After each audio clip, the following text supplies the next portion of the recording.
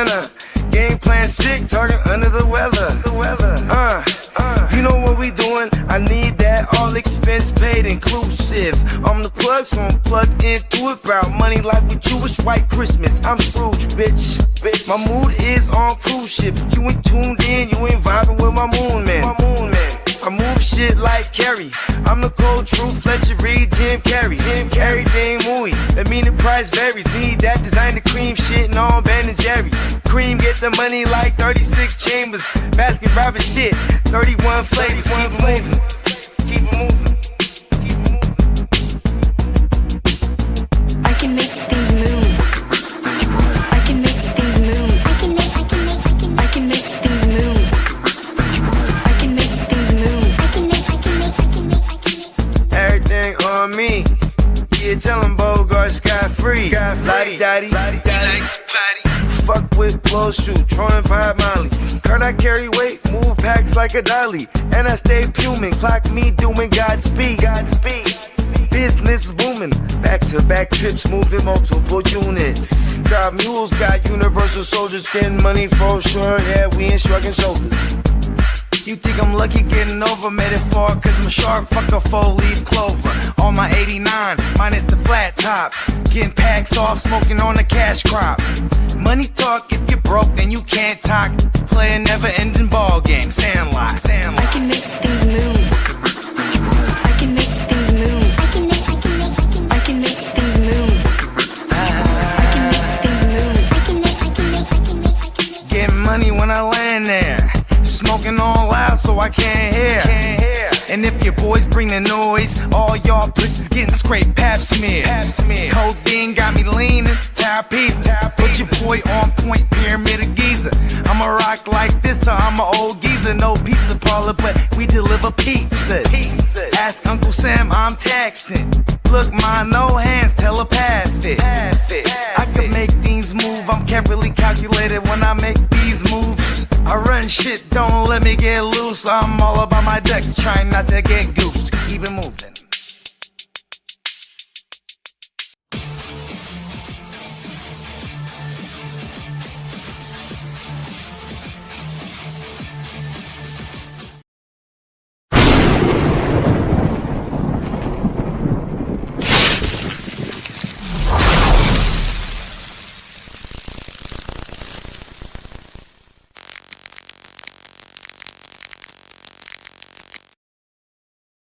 Good afternoon and welcome to Season 2, Episode 2 of the Chargers Power. And it's pre-draft time. We got the draft tomorrow. So I'm going to start it off. Hey, its title is Thunder and Lightning is back, and it's dangerous. And it's going to be a good show.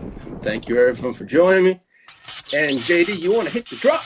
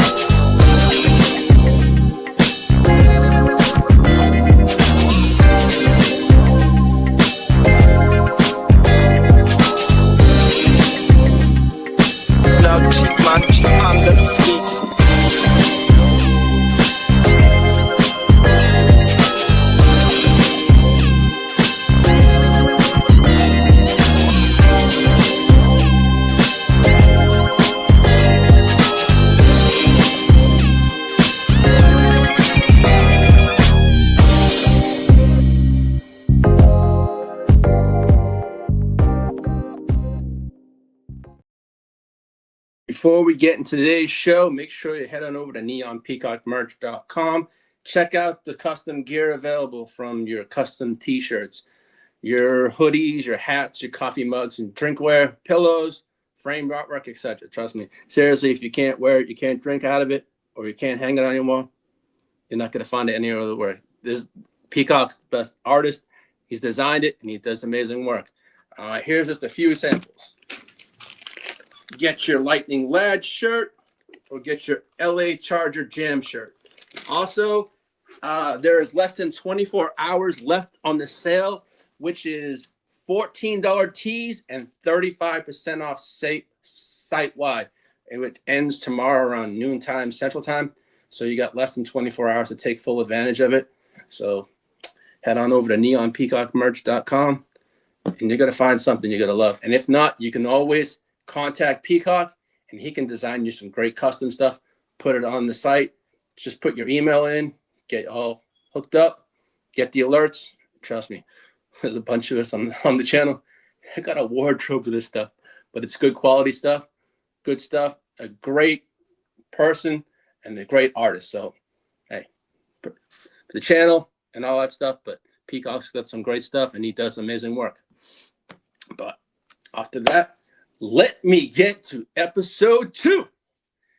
And we got the draft tomorrow, so let's go. I'm pumped. I'm excited. All these rumors can finally be put to bed. After tonight, they're just rumors. And tomorrow, the real shit happens. So let's go. All righty. JD, you want to pull up that draft pick picture? All right. So here we are. We're sitting with 5 draft picks in this next draft. So we have in the 22, we have 5 picks.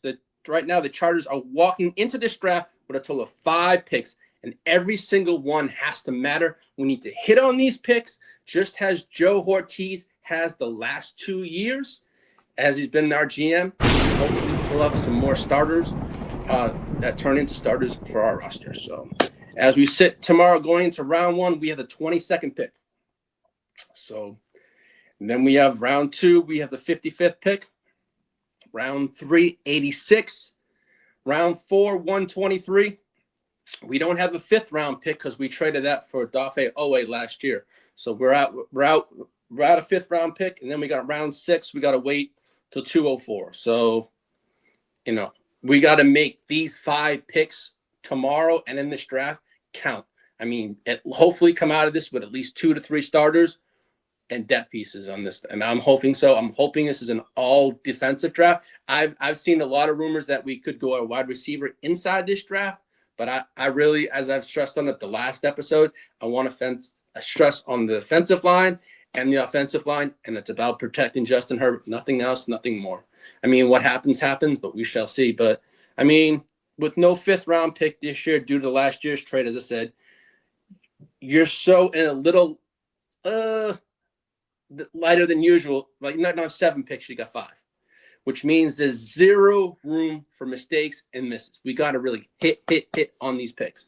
I mean, unless we, as I said last time, there's possibilities we could trade back in the round 1. I don't want to, but anything can happen. There's a lot of rumors. There's a lot of teams that want to trade up, that need a quarterback.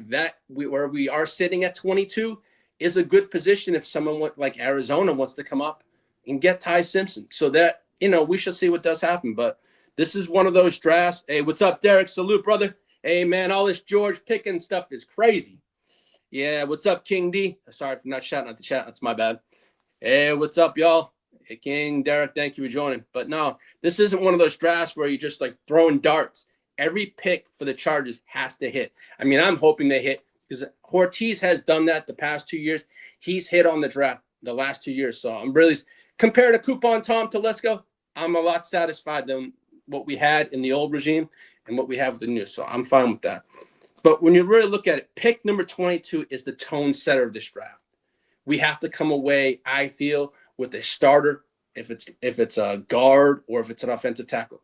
That's what I want to come away with in round 1. I don't want to come away with, oh man, we should have, we could have, but no, I don't want. That's why I said we don't want to miss on this one. I want to hit on this one. Pause. So I want an impact player. That's what I want in this round 1.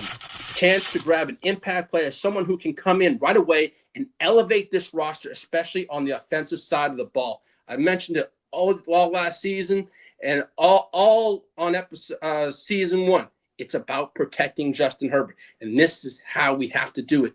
There's talent that's out there. Now we've evaluated that talent. Now let's hit on that talent and pick the right person. I trust Joe Ortiz. I know what Jim Harbaugh wants. I know what they both want. I don't know, but they know what they want, and hopefully they can deliver that for their fans tomorrow. And when it comes to rounds 2 and 3, 55 and 86, that's where the great teams separate themselves. That's where you find starters, depth, and guys who outperform their draft slot. We came across that the past 2 years, and we come across great starters, players that were, and we got them in trades. But come on, we came out with starters, 3 last year. So we are hitting on our draft picks, something that we were not doing in the Telesco years. We are hitting on our draft picks, and we're getting positive players out of our draft picks. Now, then it comes to round 4 at 123. That's going to be our value pick. I remember stressing it.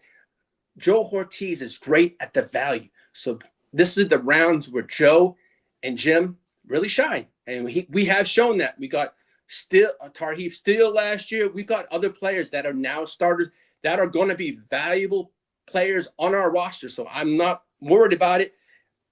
I would have if it was too coupon Tom. I don't worry about it with Joe Ortiz. He knows what the hell he's doing. And just look at the last 2 years, what we've done on the field and what we're producing and what we're putting out there, Paul. So, hey, I'm not too concerned about it. But then when you get to round 6, when we got 204, that's where you take a swing. Traits upside, special teams development players. But sometimes those picks are that end up surprising everybody also. So we shall see what comes up. Bottom line, 5 picks, not a 5th round cushion. But then there's a team that's already close. You know, that this draft is about building from, it's not just about building from scratch. It's about finishing the goddamn job and protecting Justin Herbert. I'm going to say it time in and time out until I get blue in the face. We have to protect Justin Herbert. Last year was a disgrace. I swear to God, he almost got killed a lot of times. He was the most hit quarterback in the league. I think he was the most, but he was up there. He was top 3.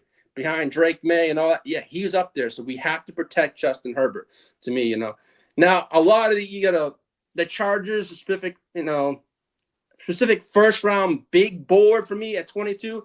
Now, there's trade backs. As I said, there could be trade back scenarios. There's teams that are going to want to come up or all that kind of stuff. Now, who I wanted, Olone, I think he is actually going to be gone. If we actually want him, we're going to have to trade up, and it's probably going to cost us a pretty penny because I think he's going to go top 10. He's going to go very quick in this draft. Now, as for the names, I'm going to mention these whom I like. I was looking, and there's other things. There's Olone. Of course, he's my 1A. Then you got T.J. Parker. You got Peter Woods, Chase Basantis, and you got Caden McDonald, who's been a name that's been on the rise the past 48 hours. His name has coming up. So that's a name. I wouldn't be shocked, but I'm not. But now, as for the experts, so-called, at 22, Peter Schrager this morning says that has the Chargers taking edge Kedrick Falk in his final mock. Bucky Brooks, who I know JD and I follow and follow all his stuff, he has T.J. Parker from Clemson, the edge rusher. Now, Nate Tice and Charles McDonald from Yahoo Sports have us taking defensive lineman Peter Woods from Clemson, who I have mentioned in the show. Now, as for Jordan Reed for ESPN, he has taking edge Hakeem Mesidor from Miami. JD's the fella backstage. He's a Miami Hurricane fan. Hey, and that's another part. Now, Connor Orr from Sports Illustrated has us taking tackle Blake Miller from Clemson, who I have no idea. I've never mentioned him. It's just a name that happened to float about. But these are what the experts are saying. But they are names that I have mentioned in the past month and a half, like Peter Woods, T.J. Parker, who I have brought up. I know I've mentioned Mesidor, but his name had not been there for me. But Kedrick Falk is a name that I have seen the past, I'd say 2 to 3 days, more mentioned to us. But you know what? I think the name that did set up is Peter Woods. But I have a funny feel. And there's also the kid from Oregon. I mean, there's names that I have mentioned that are going to be available. If we have to trade up, something's going to happen. I'm fine for it. But I have a lot of confidence in Joe Ortiz and Jim Harbaugh in this draft because after what we've done the past 2 years, I'm satisfied. As a fan, I'm satisfied, but I'm hungry. I'm hungry for what's to come, but I'm also hungry because I know we were in the playoffs last year, and that loss sits with me, but I know it's about protecting Justin Herbert. So if we protect Justin Herbert, I think we're going to be fine because we saw what Justin Herbert did last year without an offensive line. You put him with an offensive line, It's going to be a difference maker. And you add the new piece of Mike McDaniels, this offense is going to be a beautiful thing to watch. That's all I'm going to say. So on that topic, that's the draft part for me. But, as I said, Thunder and Lightning is back, and it's going to be dangerous. JD, you want to pull up that picture of McDaniel? Yeah, there we go. I just mentioned Mikey D. All right, so I'm going to call this segment, The Standard Has Changed, and the offense is on the clock. Herbert's had 6 years on the team, but now he has an offensive coordinator. With a mind like Mike McDaniel, this guy can scheme up plans, have schemes that Herbert has never done with the Chargers. So I'm looking forward to seeing this. So to me, the expectations for the Mike McDaniels offense, they're not just high, they're sky high. And honestly, they should be. You got a quarterback like Justin Herbert with his arm talent, arm strength, his mind quarterback IQ. This kid is good. I know he's like, they call him underrated, or many people call him underrated, but a lot of people say he's overrated. But you know what? He's my quarterback. I'm going to say, hey, man, to me, he's good. I mean, he's good, but I feel he can be elite this season. And that's what I'm going to say. He's going to be an elite quarterback this year. The expectations are high for Herbert and for this offense and for the Chargers because we have Mike McDaniels. Look what he did in Miami, and he's coming here with a quarterback. He's not going to have El Concusto Tua. He's going to have Justin fucking Herbert. That's all I'm going to say. I mean, you got your franchise quarterback in Justin Herbert entering his prime. You've invested in the weapons around him. You've retooled the identity into the Mike McDaniel offense. And now for the first time in a while, we're looking at a healthy offensive line. We didn't have that last year. We had a makeshift line last year. And it's going to be a little different look this year. We're going to have Joe Alt. We're going to have a healthy Joe Alt. We're going to have a healthy Rashawn Slater. So I'm looking forward to this. And the additions to the offensive line in the draft and in free agency is going to be a blessing. And that just matters most than anything, because when Herbert is protected, when he is clean and in the pocket, we're already seeing what he can be is elite. And I'm going to say that a lot. I feel Justin Herbert this year is going to be elite with a capital E. Now, there's no more excuses for Justin Herbert. This has to be the best offense we've ever seen from him and operate in, because he never had an OC like this. Come on, you had Greg Roman. He was good with Kellen Moore and all that stuff, but he never had an offensive mind like Mike McDaniel. The guy's a guru. The guy can think. The guy game plans, and he's going to change it up for Herbert, and this is going to be a lovely thing because Herbert can adjust. And Herbert's that kind of quarterback that I think is going to thrive in this offense. I mean, it's not flashy. It's not all the potential. I'm talking about a complete, consistent, top-tier unit week in, week out. Now, I'm hoping, it's great on paper and all that, but it has to happen on the damn field because this is where everything comes together. The system, the protection, the playmaker, it's all there. And it all starts up front with a healthy offensive line, and that changes everything. It'll unlock the run game. It gives Herbert time to dissect defenses, and it allows the offense to fully play on his terms. That's what play on his terms, play to his capability, and play to his playing levels and ability. Let's go, Justin Herbert. I'm looking forward. And when everything is in place like this, the standard changes.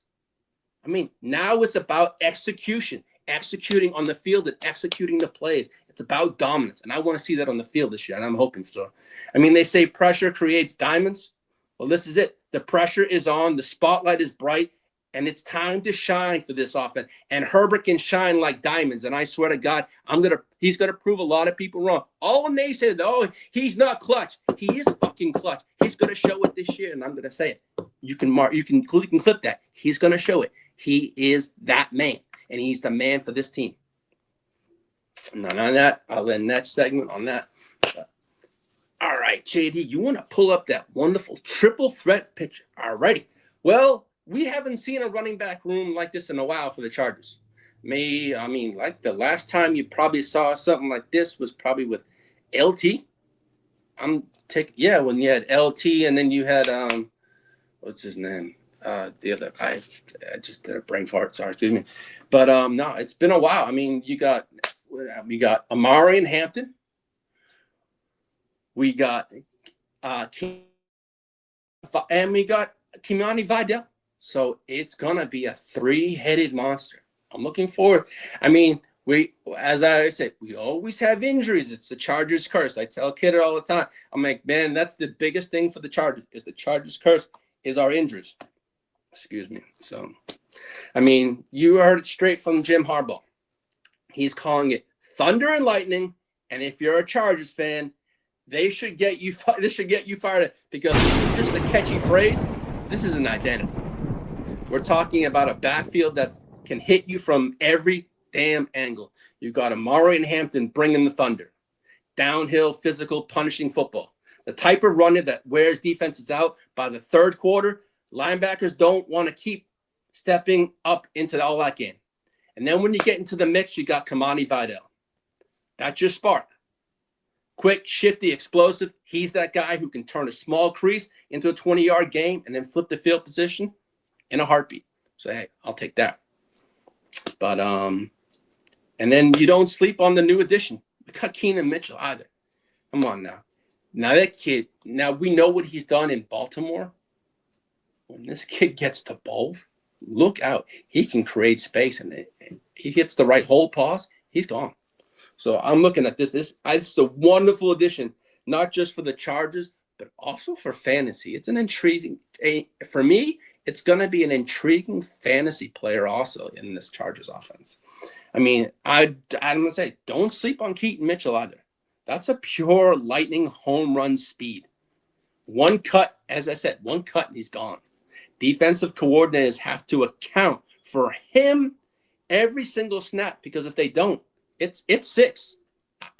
We know his speed. We know what he's capable of doing. I mean, he's healthy and he's in an offense, so I think it's going to be nice, but it's all put all together.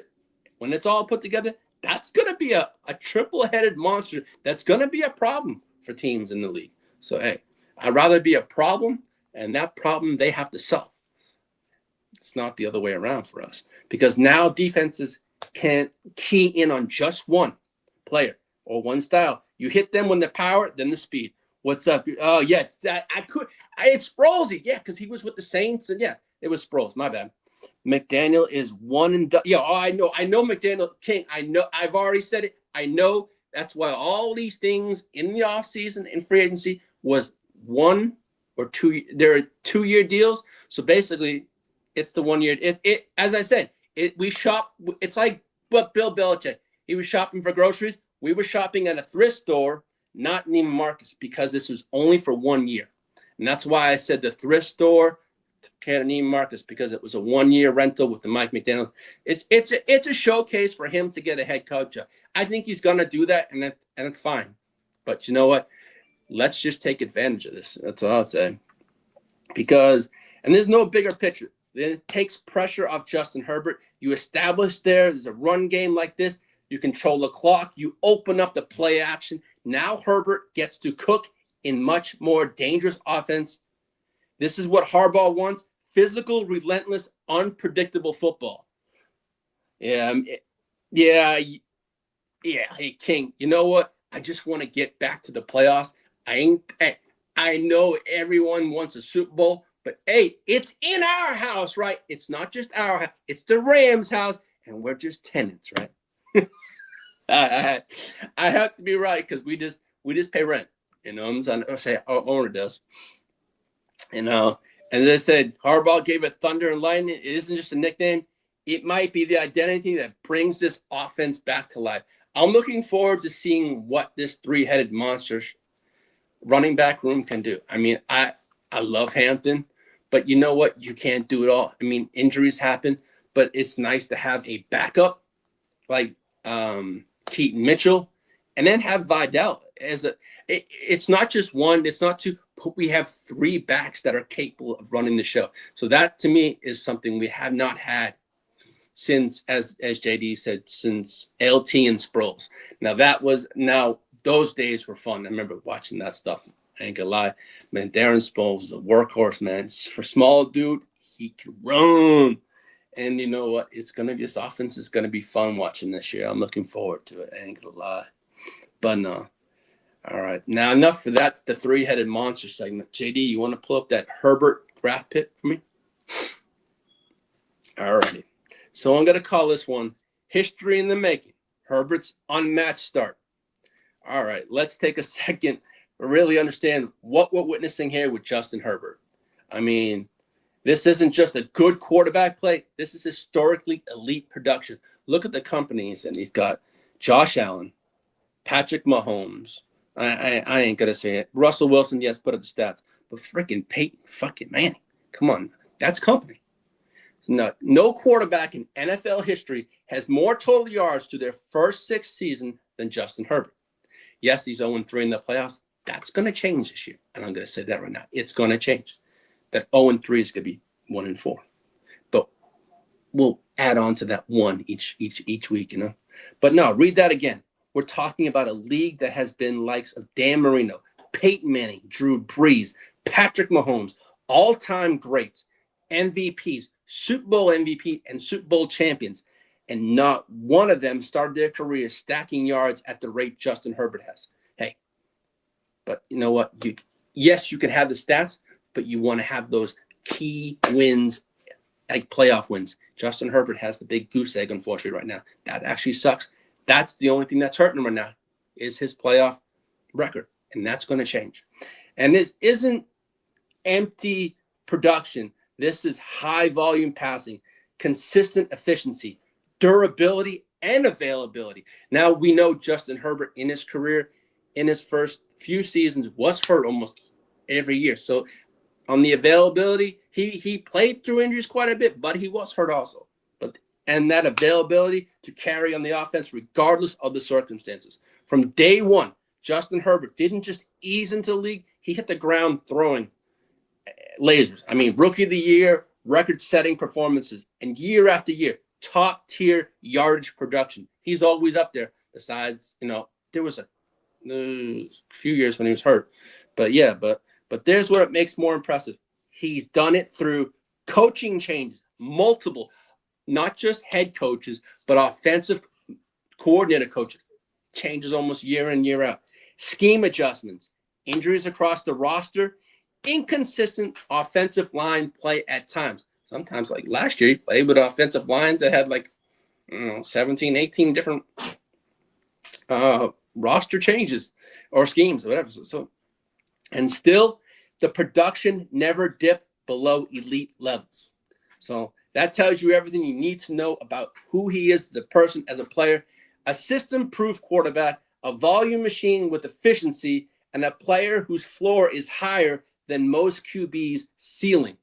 Then there's the real conversation. Is this the first 6 years or what the next 6 years is going to look like also? Because if you combine this level of production with a more stable offensive identity, like this year, yes, we'll have Mike McDaniels, but this is where I feel Herbert and this offense is going to thrive. And it's going to stink that once McDaniel leaves, it's going to change again. But that's the nature of the business also. I mean, better protection up front for Herbert and a fully built out supporting cast. They've done everything to support Justin Herbert and in this 1 year offense. You know what I'm saying? So when the numbers turn into wins and the wins turn into January football, which we all hope for our team and which I hope for the Chargers this year, is we have a deep playoff run pause. So yeah, that stat is crazy. But the bigger takeaway for me is we're not just watching a great quarterback. We're watching a guy and a player who's on pace to rewrite record books and also elevate the franchise to where it's never been before. Hey, what's up, Bo Chapman? Hey, I welcome you all. You're welcome here anytime. Hey, I don't mind it. Hey, y'all, you got the division last year. Have your cherries for now. But Bo Nix is still, he hasn't beat Justin Herbert yet. You know what? You guys beat us last year when we didn't have starters in there. Beat us when we have our starters and a healthy offensive line. And I'll let you talk your flowers all you want. That's all I'm going to say. But hey, man, it's going to be fun. You're welcome here anytime. It's going to be a fun year. Hey, I love having my AFC West rivals. And it's going to be fun. I have my friend Bakes in here. I'm going to have a friend of mine who's a Chiefs fan. I got family who's Broncos fans, but you know what? They're donkey's ashes to me. But hey, y'all won the division last year, but you're actually the hunted this year. So, you can enjoy all that pile of shit for the year and just wait till next season. We'll show you who's boss. But no, man, thanks for joining the stream, and you're welcome anytime. But I look forward to tapping in with you, man. If you ever want to join the show when it's the Broncos week, you're more than welcome. I'd love to hear from the other fan base and whatnot. But I gotta say, welcome to the show. Hey, JD, you want to pull up the Tuli pick? All right. I know I mentioned Tuli in the last show, but I'm going to break it down a little more because I think with news that just came out that this coming week that Tuli is, after the draft, we are going to address an extension pause for him, along with also Derwin James. But Tuli is going to get the bag and deserves to be paid. But hey, man. Hey, but shout out to your Broncos. They did win the AFC West last year. But you know what? It's going to be a good division this year. And I'm looking forward to seeing what we get from Bo Nix and also that new look Broncos this year. So, hey, you guys got Waddle. Let's see if he can take his little penguin feet and do what he supposedly can do. We shall see what's going to happen. All right, let me get back to this Tuli takeover. This is Tuli Tuipulotu's takeover season this year. Now, let's talk about a guy who doesn't just get enough national love yet, but that's not about to change. Tuli is entering year 4, and it's a contract year. This is the year, I feel, for Tuli. Because when you look at the trajectory, it's all been building towards this moment. Every season, he's added something to his resume. More strength, more polish, more confident as a pass rusher. He's had the tutelage from also Khalil Mack and others on the Chargers. So he's learned from some of the best. And it shows what he's doing on the field. I mean, he's producing year in, year out. His numbers are only getting better. He's not just a high-effort guy anymore. He's becoming a technician on this defensive line, and that's when it gets scary. Tuli already has the motor you can't teach. He's relentless. He doesn't take plays off. That's one thing about Tuli. Yo, man, he's a gut. He's out there all the time. Offensive tackles feel him every snap. Come on, you're starting to see the huge usage improve. Also, the counters develop. He's not just rushing the ball anymore. He's setting up guys up on the team. And it shows we have a young nucleus we're building, and Tuli is part of that. And I want to see, and he's going to get paid, and I'm glad he's there. Year 4 is typically when edge rushers arrive. To me, I felt like Tuli arrived last year, and it showed. His stats, I mentioned it in the last show. His stats are there. He doesn't miss time. He's after the quarterback, and he's a menace to society. And he's a menace to the next quarterback that's going to be flat as a pancake. And I'm going to call it the Tuli pancake. That's when the game slows down, and that's when the instinct meets experience. And there's the key, opportunity for Tuli. Depending on how this defensive front rotates, Tuli could be in line for a bigger role. Pause. More snaps, more chances to get after the quarterback, after Mahomes, after Nix, and after Mendoza when he's still on the field. Sorry, rookie, you're going down. Sorry, Bakes. We're talking about double-digit sack potential. He did it last year. It's not like we know what he can do. We know what he's capable of. And you know what? Not just yet, but JD, thanks. But I appreciate it. As I said, he's going to break out. And we're talking about, as I said, double sack digits. And we're talking about a guy who can shift momentum at a game after a play. And that's what he's an impact player. Let's not overlook his versatility. He can line up in multiple spots, crash the inside, set the edge. He fits exactly what this defense wants to be. It's physical, it's aggressive, and it's disruptive. We have to be disruptive and hitting the quarterback time in, time out. And that's where Tuli is going to be showing it. He's going to show how disruptive he can be with the rest. And I know this line is going to be different. We got a new DC. But as I said last week, it's not going to change really too much. So he's been with Tuli before. I think whenever there's change, there's always a little difference, but I don't think it's going to be too much for us. So when you're watching the Chargers defense in 2026, keep an eye out on number 54, and that's Tuli, because year 4 is Tuli's year. This might be the year he goes from a really solid player to a problem for the rest of the league and for the AFC West quarterbacks. So, hey, I can hope so.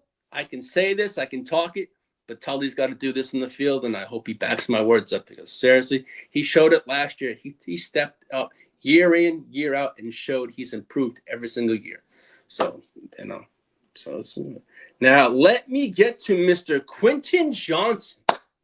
I'm going to do 2 segments on QJ today. So now, hey, I'm going to call this one Quentin Johnston, From Flashes to Foundation.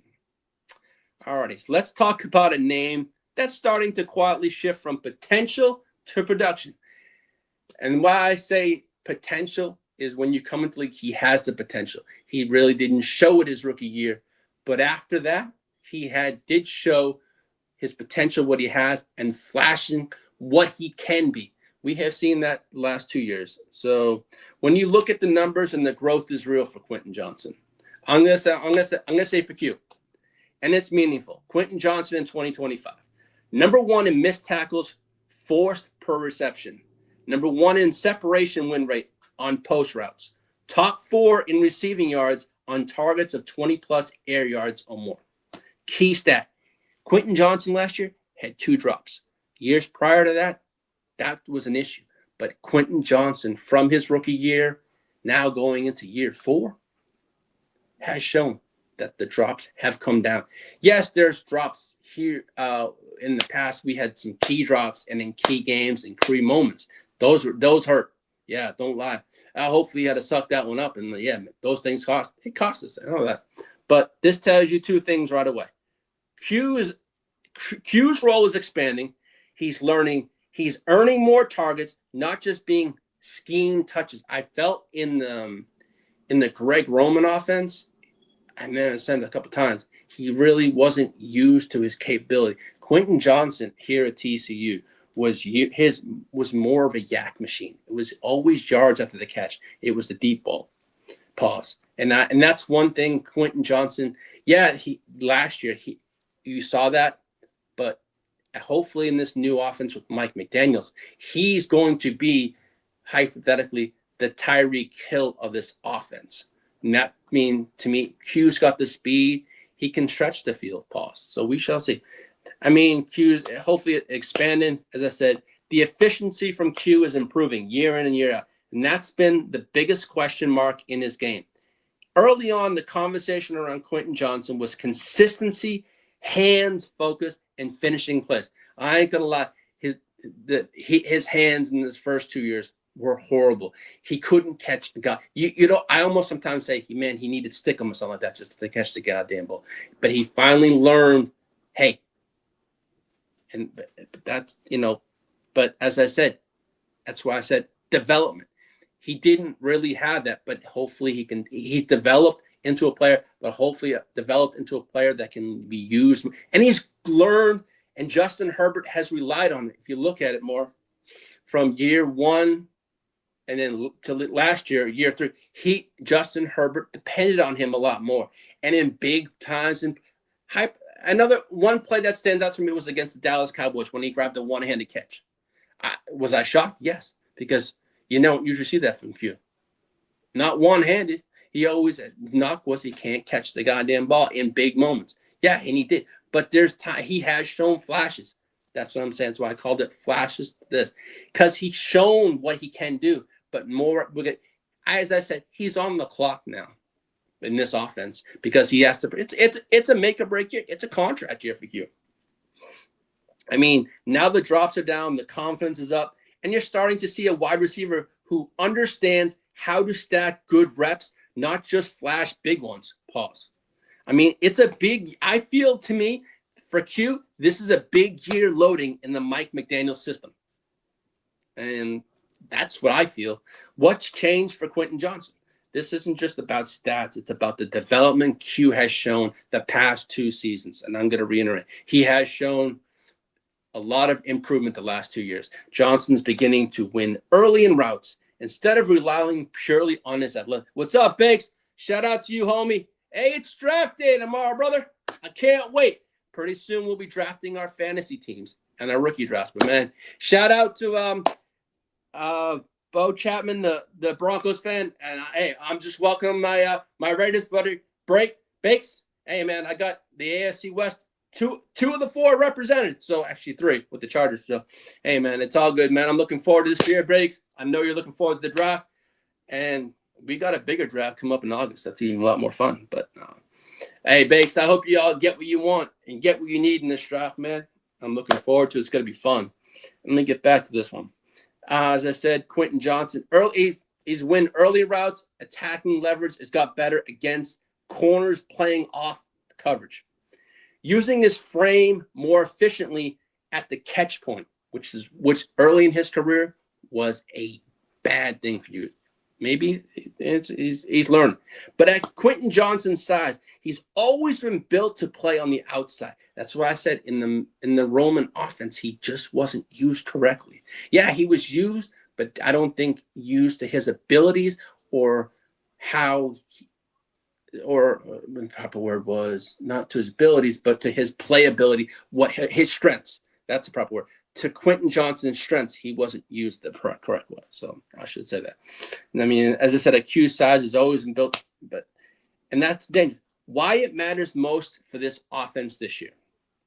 In this Chargers system, especially with the offense that's evolving, you need a receiver who can stretch the field vertically, win one-on-one outside, turn simple completions into explosive plays. I remember mentioning it last year. Explosive plays. We did not have many last year.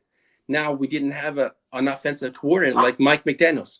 So that's another thing. So hopefully those explosive plays happen this year. I mean, Quentin Johnston checks 3 boxes for me. He's got the size to bully smaller corners, the speed to punish soft coverage, the run after catch ability to flip the field position very, very fast. That's why I felt he could be the Tyreek Hill of this offense. And then again, we're going to see a lot from Ladden. I'll get something later on about that too. And now the key is starting to bring reliability into equation. The bigger picture for Quentin Johnston, if Johnston keeps stacking clean, efficient reps like this, it changes the entire complexion of the receiver room. I mean, if Quentin Johnston does do his thing, we're going to be fine. We'll be fine this year. I mean, I'm not saying fine, but it's going to take all of us. It's going to take Ladd. It's going to take QJ. It's going to take KLS and take Trey Harris. I mean, I like our wide receiver room this year. It's going to be fun. But Quentin Johnston doesn't need to be perfect. I mean, I think as Chargers, I can say many Chargers fans expect Q to be perfect. He's not perfect. No receiver is perfect. But if we get a Quentin Johnston with only 2 drops again, I'll be happy as fucking pie. I ain't gonna lie. That was what I want to see. 2 drops, that's fine. But that's fine. But I know he's shown improvement. Quentin Johnston just needs to be perfect. He just needs to be consistent. I think if you're consistent, you're gonna be fine. In this offense, there's going to be a lot of targets, a lot of yards to get. And there's going to be a lot of mouths to feed because sure the hell, it looks like we probably could have a reunion with, I know, Keenan Allen. They say there is a reunion that possibly could happen, but that means that it makes 5 mouths to feed. Pause, but, it's going to be a fun one this year. But on that note, this isn't just a development anymore. It's a breakout loading possibility. I said possibly. This is what I'm thinking. I'm hoping. I'm not saying it's going to happen. Yes, QJ has shown improvement the past 2 years, but to me, if he wants the money he wants, we have until I'll get that in the next QJ7 I have coming up. But to me, I think he can break out in this offense, but we shall see what happens on that note. But JD, you want to pull up the Justin Ebonke picture? I think it's Ebone picture. All right. Okay. This is a player, a depth piece on our team that stood out to me last year. I actually had him in fantasy last year on 2 or 3 teams. So One of the biggest reasons the Chargers team was able to sustain success across a full 17-game season last year and finish 11-6 was because the production that just didn't come from stars, it came from the depth piece. And that brings me up to Justin Ibuke. In year 2, Ibuke quietly put together one of the most underrated seasons on the roster. He played in all 17 games, something that not all Chargers players get to do is play every single game. We always have injuries. Knock on wood, he played all 17. So that's what stands out to me. Not only started one of them, but all of them, and still finished with 6 sacks and 10 quarterback hits. That's just not solid. That's impactful production from a rotational defensive lineman. And that's something that really needed last year. I don't know. When you add 39 total tackles and 7 tackles for loss, it tells you everything you need to know. This is a player who made the most of his snaps, and he wasn't just there filling reps. He was distributing plays and getting into the backfield and affecting the quarterback, which we needed. And that's the kind of depth piece, and it separates good teams from playoff teams. And I want to get back to the playoffs this year because, of course, it's a long season. It's just not about your starters. It's about staying healthy. It's about having guys behind them who can step in and still produce and give the Chargers exactly. He gave the Chargers exactly that last year. He helped keep the defense front fresh, kept the pressure consistent, and he made sure there was no drop-off when the rotations kicked in. So now that question becomes heading into next season. Will we get the same production? I hope so. Was that just a strong rotational year, or was it just ready to take the next step into a larger role on this line? We shall see. Because if this is what he's doing in limited starts, imagine what he can do and what it will look like if he gets more snaps. So maybe what he did last year has shown, hey, I need a bigger role on the line and on the team, and hopefully he gets more reps and all that kind of stuff. We shall see what comes, but it's nice having these depth pieces that step up. That's what I'm saying when we drafted players like Ortiz drafted players. These players that are mainly depth pieces have stepped up to be starters. That's something that's great. It's not, you don't have to go out and sign players. It's the players that you're developing to be starters and be key people on your roster and on your line. And he stepped up last year, so it's showing, and I'm happy for him. But it's not all the time that we hit on these players, pause. But I'm glad we are. And as I said, I'm glad we have Ortiz as a general manager. As Coupon Tom Telesco, he would just gamble. I know life is a gamble, but damn, that man gambled too much, and I'm glad we have something different. All right, JD, I'm going to get to the 3-headed monster. Excuse me. What up, Miss Papa Guru? Shout out to Papa Guru and Baby Guru, Spencer the Guru. Shout out to your Saints and shout out to the Guru Nation. Make sure to check out Spencer's YouTube channel. Check out Spencer the Guru. You can probably look him up on YouTube, and it's Guru Nation. It should be a football with a Saints logo on it. And that's his YouTube logo. Okay, so I'm going to get to this 3-headed monster. I'm going to call this segment the Chargers wide receiver, quiet strength, loud potential. And one of the more interesting takes coming out of the draft season is from Trevor Sigma. And he said this, it might surprise some fans, wide receiver isn't a panic need for the Chargers. Now, I have seen that we may dabble and get a wide receiver in the middle rounds, but we shall see. And then we'll find out this in this draft. But when you really look at this wide receiver group, it's not lacking talent. It's lacking amplification of players that just get out there. You've got Ladd McConkey. You've got Quentin Johnston providing weekly stability.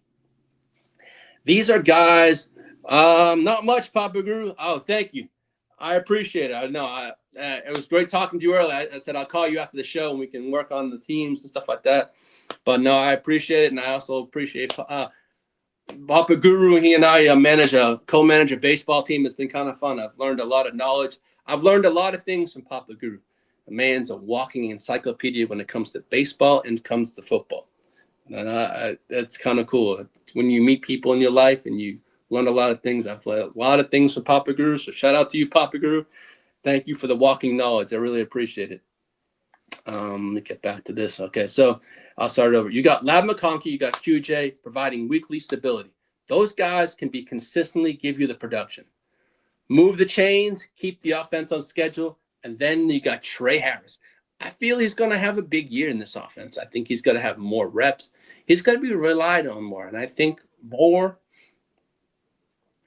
We'll see Trey Harris step up this year, and as a name that might not pop in the box score yet, but it's his role that matters. He fits what Justin Herbert does well, stretching the structure of the defense and creating opportunities that don't always show up statistically on the score sheet. And that's where the real story begins, with Mike McDaniel influencing this offense. This person that wrote the story expects Lad McConkey to take a serious leap. We're talking wide receiver one type volume, design touches, quick hitters, space, created opportunities, the kind of usage that turns short gains into explosive plays to the yards after the catch. So that'd be lovely, having two wide receivers with Yak, Lad, and QJ. Hey, if one don't hit, the other's going to hit. So you can't mark, if one's open, one's going to be there. So I'm looking forward to this. That has been a missing piece on this offense. Someone that can stretch the field. I'm trying to think of the last wide receiver that I felt that could stretch the field was probably Mike Williams when healthy. And that's all that I can recall would be Mike Williams. That's about, and that's that was a fun couple of years with Mike Williams out of that. But man, those are some good years. But that's been a missing piece for the Chargers. Not talent, but scheme. And we're going to have that scheme in the McDaniels offense. So yeah, if the draft falls the right way and there's a perfect fit hypothetically at receiver for the Chargers, you can add another weapon, no question. But the bigger takeaway is, here it is. The Chargers don't need to overhaul the wide receiver room. They need to unlock it. We have the players. We just need to unlock their capability and their potential, what they can do on the field. I mean, I feel now in this offense, there's going to be targets. There's going to be yards. There's going to be many mouths to feed. But you know what? I feel we have the wide receiver room to take that next step in this offense. The Chargers don't need to overhaul the room. They need to unlock it. Because if this Mike McDaniel system hits the way it's expected to from all these pundits and experts, what's already in place could go from solid to seriously dangerously. This offense could be dangerous. As I'm saying, I'm going to say why I'm going to say it's dangerous. It's because we're going to have a healthy offensive line. That's something we never had last year. We're going to have a run game. It's going to give more time for Justin Herbert to throw the ball. So that's why I'm saying this offense could be dangerous this year. We'll take advantage of what we have with Mike McDaniel for this 1 year, because that's what I feel as a Chargers fan. It's a 1 year Mike McDaniel rental. That's what it's going to be. So he proves he can get a head coaching. I feel he's going to get a head coaching. Come on, you got Justin Herbert. You got offensive weapons like Lad McConkey, Amari, and Hampton. He's got to scheme up plays for these guys to thrive, not just in the offense, but for the team in general. So, hey, I think this is going to be fun. I think it's going to be a wonderful offense to have this year in fantasy football. And as I said, once the draft's over, the landing spots or all that kind of stuff, I will put together a post-draft / fantasy show and all that stuff. But I'll get to that. But all right. I said I was going to do 2 segments on QJ. So this will be my second one. And this one, it's called It's Decision Time Looming for Quentin Johnston. JD, you want to pull up that decision time? Yes. I think that was I'm trying to think. That wasn't the Cowboys game. No, I don't think it was. No, I think that was from the Rams game. I think that was, or no. I forget what that was. I have the brain for it. All right, so I'm going to call this one decision time looming. All right, we know I mentioned it a couple times on the shows that May 1st is a decision we have to make on Quentin Johnston's 5th-year option. We have until May 1st. All right, let's talk about one of the biggest decisions the Chargers have coming up and looming. It's Quentin Johnston. The clock is ticking, and QJ is on the clock. May 1st is the deadline, and that's $18 million 5th-year option. And that front office has a real decision to make. Do you pay Quentin Johnston, or do you pivot and trade him? Now, we've already come out and said we're not going to trade Q.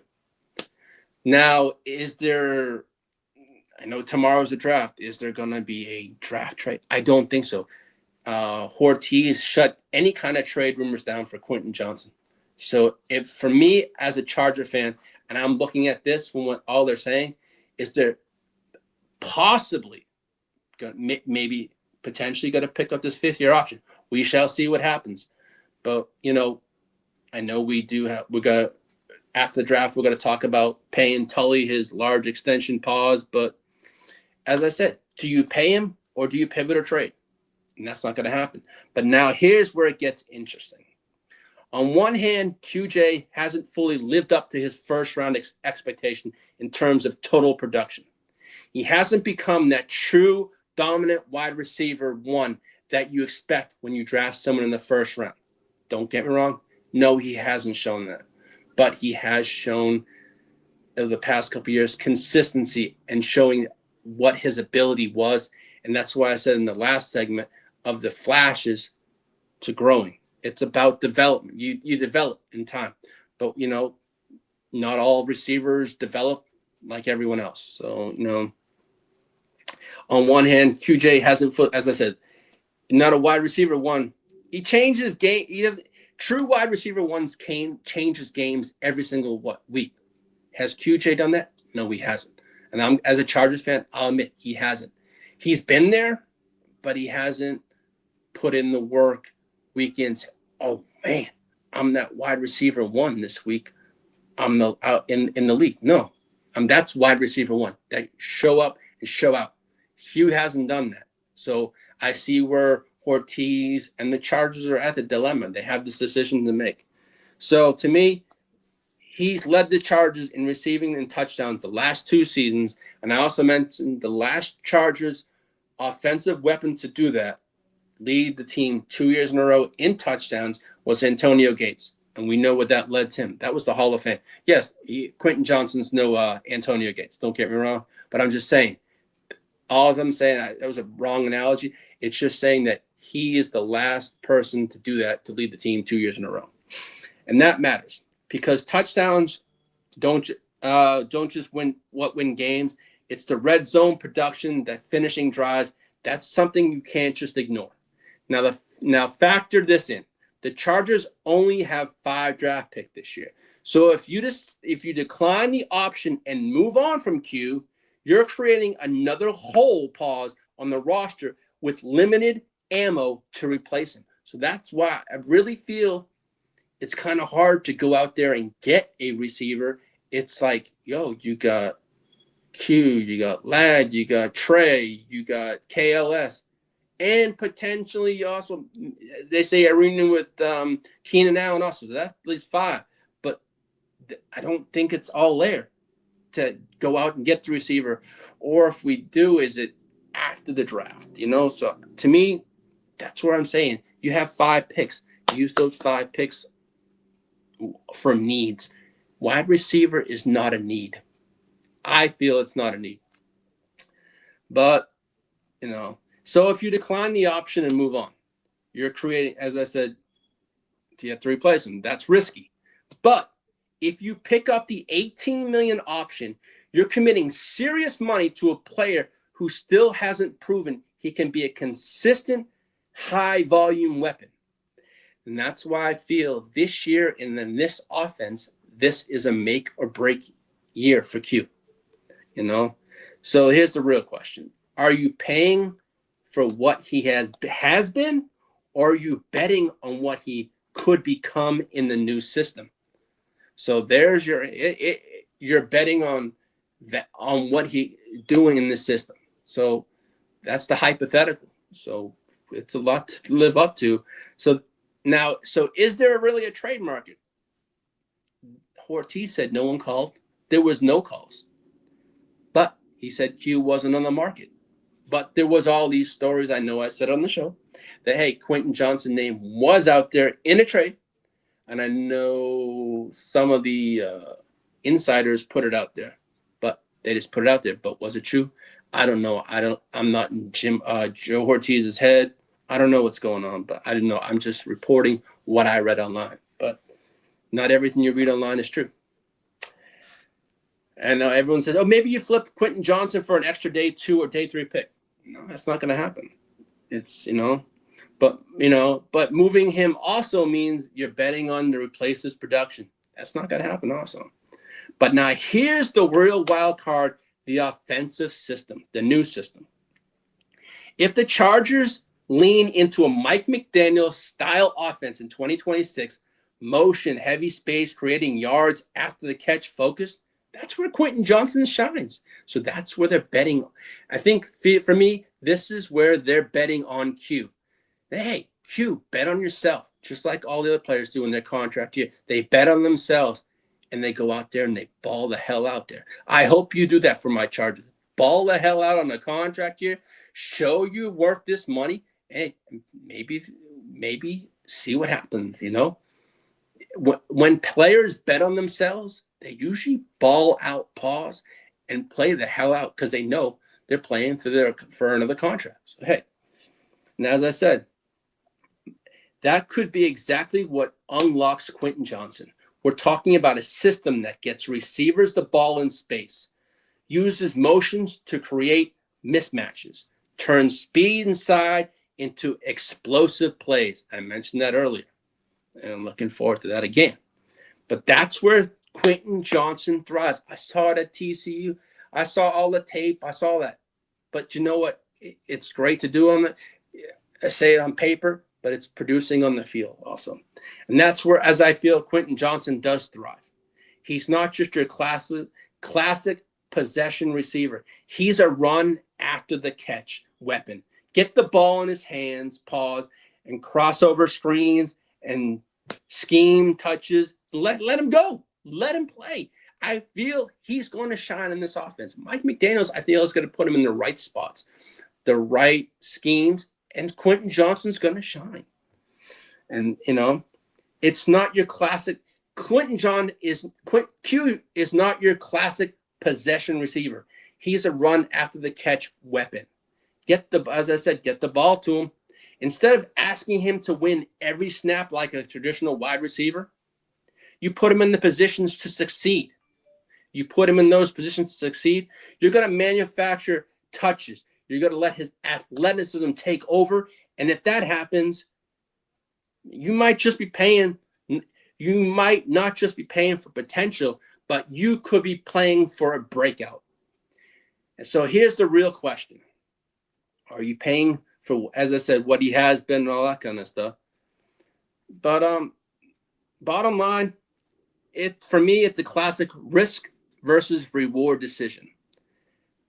Pay him, you're betting on the upside and the continuity. Hypothetically, if we do trade him, which we're not, and so when I wrote this a little like last week, trade him, you're betting on his flexibility and draft capital. Either way, the Chargers can't afford to get this one wrong. As I said, we're really, because we don't have the draft capital in this draft to go out and get a receiver. We have these 5 picks. We have to use them correctly. So that's all on that. But now I just put a section together, and this called the Chargers News and Notes. I know I mentioned the last show that Rashawn Slater and Joe Alt have already been back at the facility and doing work. They'll both be ready for the season. Tyler Biadasz will be a massive upgrade at center, I feel, over Bradley the Clown Bozeman. Now, also, the Chargers' new center, Tyler Biadasz, On motivation to turn the O-line around with national perception, absolutely no doubt we're going to turn this around. He said, keeping the quarterback clean, controlling the line of scrimmage, on building chemistry with Justin Herbert, and getting under center snaps with Justin Herbert is going to be a key, and he's looking forward to it. And he said the last time we were watching a press conference, he was at a press conference. He said the last game he remembers playing against Herbert, I think it was Wisconsin versus Oregon. I guess it was a bowl game or something like that. So he recalls that. And as I said, the Chargers are not ruling out a Keenan Allen reunion. And now I'm going to say that's just not a wrap for this episode, but also tomorrow. Yes, we have the draft. But here on the Gen Wealth YouTube channel and over on the Fella JD's channel on the Hard to Start, tomorrow we're going to have I'll probably be doing my ears to the street segment for probably maybe half an hour or something beforehand the draft start, with all the rumors and all that stuff that's going on. Make sure to, tap in next week. We're taking it to another, breaking down the NFL draft. And also, man, tomorrow we're going to have on the Gen Wealth the whole round one. So, hey, we're going to have reactions, my reactions to what we do at 22 tomorrow. Do we trade up? Do we trade down? Man, you're going to get the reactions live, and then hopefully I can tell JD clip that. And if I can get that reaction, I'll put it on this. I'll see what we can do, and I could put it on an upcoming episode. But I'm looking forward to it. But tomorrow, and I hope all Chargers fans, and not just the Chargers in general. Yes, it's the Chargers power, but I hope everyone from the Fella backstage to Bakes' team, the Raiders, I hope you all have a wonderful draft and you all get your team needs and things that you want. I mean, I have a wish list, but we can all have a wish list, but we all don't get what we want. It's like asking for Santa Claus every single year or for Christmas presents. We all want everything we want. We don't always get it. But, man, I'm just hoping that we get protection for Justin Herbert, and it's the best available player. If it's Peter Woods, if it's beyond Chase Besantes, or if we trade up and get the kid from Penn State. I have faith in Joe Ortiz and in Jim Harbaugh, what they feel they need for this offense and for the offensive line and the defensive line. So I'm looking forward to it. But before I do end the show, I want to appreciate everyone for taking their time, for tuning in for Season 2, Episode 2. And I want to shout out to JD, the Fella backstage, for holding it down every single episode and every single week. I appreciate you every single day, and for always having my back and being the best backstage producer. I really do. So, and as I said, also join us tomorrow night for the first round, for the live reaction. And, of course, you got to get my reaction. That's going to be priceless because my reactions can be either good, but they can be wild. And I know a few of the guys in the channel. I remember Peacock saying this morning, like, hey, we're going to see Lee's reaction. Trust me. There's going to be it's like fantasy, all range of emotions, but you're going to get nothing but a true, authentic self from me tomorrow. I'll give it how it is. I'll give you my take, but you know what? I'm looking forward to it. As I said, join us tomorrow here on this channel, on the Gen Wealth, or on the Heart to Start at 7 o'clock Central Time, 5 o'clock Pacific Time. So on that note, bolt up. Thank you for tuning in. And also head on over to neonpeacockmerch.com. Take full advantage of the sale that's left for under 24 hours and all that stuff. But on that note, thank you for tuning in. And as I said, after the draft, I will start putting together a post-draft / fantasy show for that come up. So on that note, I hope everyone has a wonderful night, rest of your day, a wonderful draft, and I'll see you next time. Bolt up.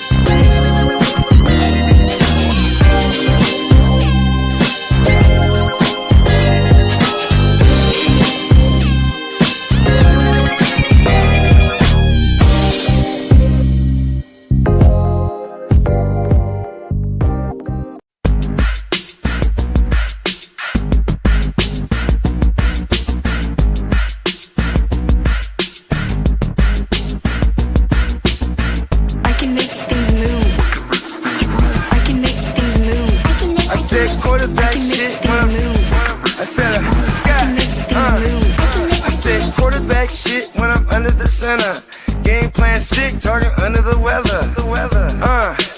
You know what we doing? I need that all expense paid inclusive. I'm the plug, so I'm plugged into it. About money like with Jewish white Christmas. I'm Scrooge, bitch.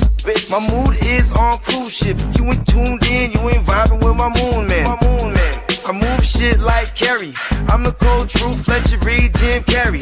Everything mooey, that mean the price varies. Need that designer cream shit and all Ben and Jerry's. Cream get the money like 36 chambers. Baskin Robbins shit, 31 flavors. Keep it moving. I can make things move. I can make things move. I can make things move. I can make things move. Everything on me. Yeah, tell him Bogart scot-free. Lottie-dottie, like to potty. Fuck with blow shoot, trolling pipe molly. Heard I carry weight, move packs like a dolly. And I stay fuming, clock me doing Godspeed. Business booming, back-to-back trips, moving multiple units. Got mules, got universal soldiers, getting money for sure. Yeah, we ain't shrugging shoulders. You think I'm lucky getting over, made it far, cause I'm sharp, fuck a 4-leaf clover. On my 89, minus the flat top. Getting packs off, smoking on the cash crop. Money talk, if you're broke, then you can't talk. Play a never-ending ball game, Sandlot. I can make things move. I can make things move. I can make things move. Getting money when I land there. Smoking all loud so I can't hear. And if your boys bring the noise, all y'all pussies getting scraped pap smear. Codeine got me leaning, tap pizza. Put your boy on point, pyramid of Giza. I'ma rock like this till I'm an old geezer. No pizza parlor, but we deliver pizzas. Ask Uncle Sam, I'm taxing.